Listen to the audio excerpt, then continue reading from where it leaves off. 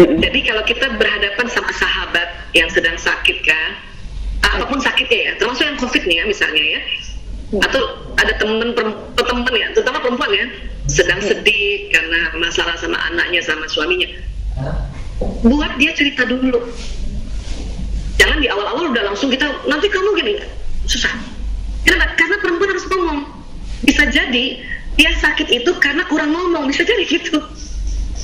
Iya. Ya, nah didapati begini ya, ini tidak semuanya ya. Sebagian besar orang-orang yang cancer memang ada faktor predisposisi adalah genetik. Ya, dia bukan turunan kankernya ya, tapi selnya cepat berbelah.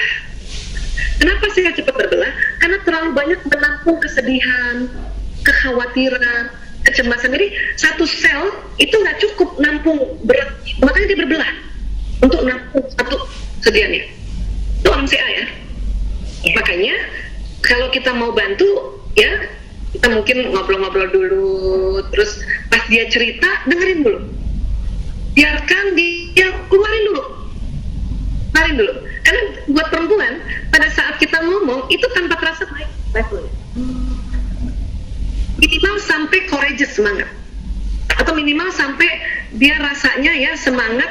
Kalau besok lagi misalnya Mbak Is misalnya nemenin sahabat yang sehat atau siapapun gitu ya, terus atau ya lain kalau misalnya kita yang sakit ya, kita aja yang sakit aja cari teman untuk kita mau ngomong ya. Yang sudah berumah tangga kepengennya ngomong sama suami kadang-kadang responnya berbeda karena dia laki-laki, makanya kita tambah kesel, makanya cari teman kan. Nah, ya, biarkan bicara dulu, biarkan cerita dulu. Biarkan cerita dulu sampai apa? Sampai itu teman tanya, saya harusnya gimana ya? Karena perempuan tadi, bahwa perempuan kalau curhat hanya ingin disipat. Pada saat kita sifatnya udah naik. Itulah WHO minta supaya kita nggak depresi. Let's talk, ayo ngomong. Sampai dia ngomong, ya, sampai dia ngomong, saya harusnya gimana ya? Ada masukan nggak? Kalau dia belum ngomong itu, kita berempati saja. Aduh, saya kalau jadi kamu tuh gak kuat loh, kamu luar biasa kuat. Jangan kasih nasihat dulu. Orang kalau lagi levelnya di bawah nggak bisa terima nasihat. Lain kalau seminar kan kita memang datang untuk memaparkan teknik-teknik. Ya saya lagi nggak tahu teman-teman sedang marah kah, sakit kah, sedih kah ya. Tapi kalau kita lagi one on one kayak gitu, kita dengarkan. Nah, kalaupun dia nggak tanya sehat, kita dengerin dia ngomong aja, dia udah menyembuhkan dirinya sendiri. Itu namanya salah satu teknik self healing. Dia bicara, akan nangis.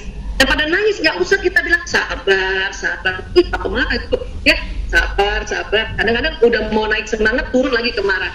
Usap aja belakangnya.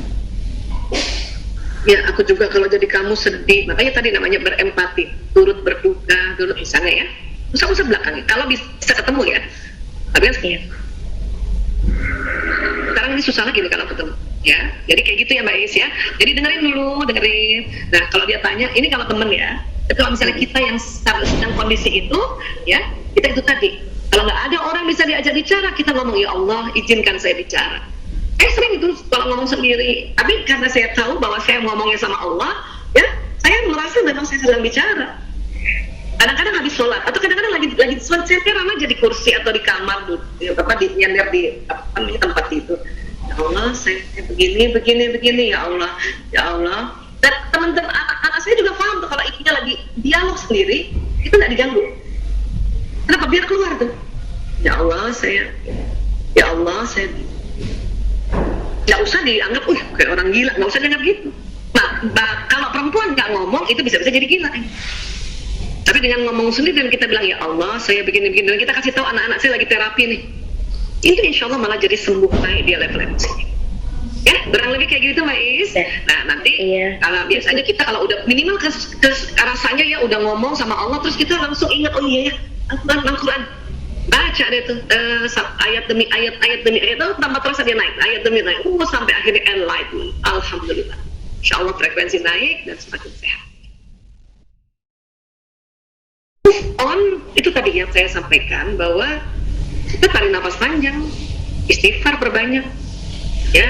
Dan ada tambahan dari Rasulullah, yaitu apabila kita kesel sedang berdiri, marah sedang berdiri, sedih sedang berdiri, suruh duduk. Dan itu luar biasa. berubah posisi duduk. Nah, waktu duduk itu tentu kalau mau lebih enak lagi nyender. Nah, kemudian tadi tarik nafas, istighfar, astagfirullahaladzim, astagfirullahaladzim. Wah, itu tanpa terasa saya menangis, apa-apa. Karena air mata itu adalah ya obat atau cara atau hadiah dari Allah, terutama untuk perempuan, untuk wanita, untuk membasuh kesedihannya, membasuh kekhawatirannya, membasuh ketakutannya. Biarin aja. Karena banyak juga perempuan berprinsip gak boleh nangis, harus tegar, gak boleh nangis.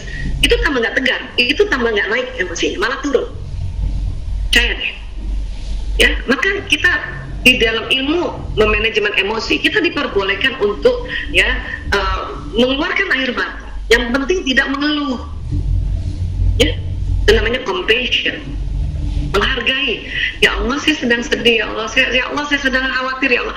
Ya Allah, saya sedang kesel sama suami saya, ya Allah. Saya sedang kesel sama anak saya, ya Allah. Astagfirullahaladzim, angkat sedihku, ya Allah, angkat keselku. Waiza, saya udah duduk, saya udah tarik nafas, saya udah istighfar, masih kesel. Apa kata Nabi? Rebahan. Rebahan. Karena dengan posisi rebah, kepala rata ya, nggak usah pakai bantal ya, kepala rata. Dan pada saat itu tarik nafas, kita istighfar, itu akan ada tarikan lewat pembuluh meridian tadi, sinyal tadi, itu mengeluarkan kepenatan, jatuh ke tanah. Jatuh ke tanah. Dan lebih bagus lagi, rebahannya jangan tempat tidur, terlalu tinggi ke tanahnya. Rebahan di bawah, Bu. Supaya ngasih kode juga. Kalau ada ibunya udah rebahan di bawah, berarti dia lagi marah banget itu ngasih kode. Saya gitu tuh. Anak saya juga hafal, suami saya juga hafal.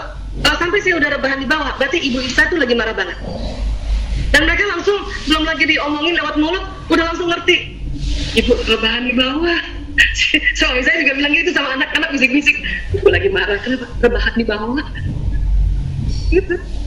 Asik, nggak usah diomongin, kita nggak usah kasar mulut kita, cuma ngasih kode. Kenapa anak-anak tahu? Karena dari kecil saya kasih tahu ajaran Rasulullah ini. Jadi mereka udah tahu.